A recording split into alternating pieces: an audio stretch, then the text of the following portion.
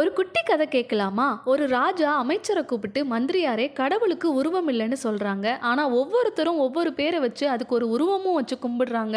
ஏன் இப்படி செய்றாங்கன்னு கேட்டாராம். அதுக்கு மந்திரி சிரிச்சுட்டே சொன்னாராம், ராஜா, கடவுளோட பேர்ல தான் வித்தியாசம் இருக்கே தவிர அவர் யாராலுமே அறியப்பட முடியாதவர் அப்படிங்கிற கருத்துல எந்த மாற்றமுமே இல்லை அப்படின்னு சொல்லிட்டே ஒரு துணியை எடுத்து இது என்னன்னு கேட்டாராம். இது என்ன பிரமாதம், துணின்னு சொன்னாரு ராஜா. அதை இடுப்புல கட்டின மந்திரி வேலைக்காரனை கூப்பிட்டு இது என்னப்பான்னு கேட்டாரு. துண்டுன்னு சொன்னான். அந்த துணியை தான் மேலே போட்டுக்கிட்டு இப்போ இது என்னதுன்னு கேட்டாரு.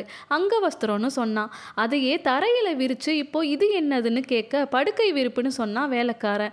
இப்போ ராஜாவை பார்த்த மந்திரி, அரசே, துணிங்கிறது ஒன்று தான், ஆனால் அதுவே இருக்கிற இடத்த பொறுத்து பேர் மாறுபடுது இல்லையா?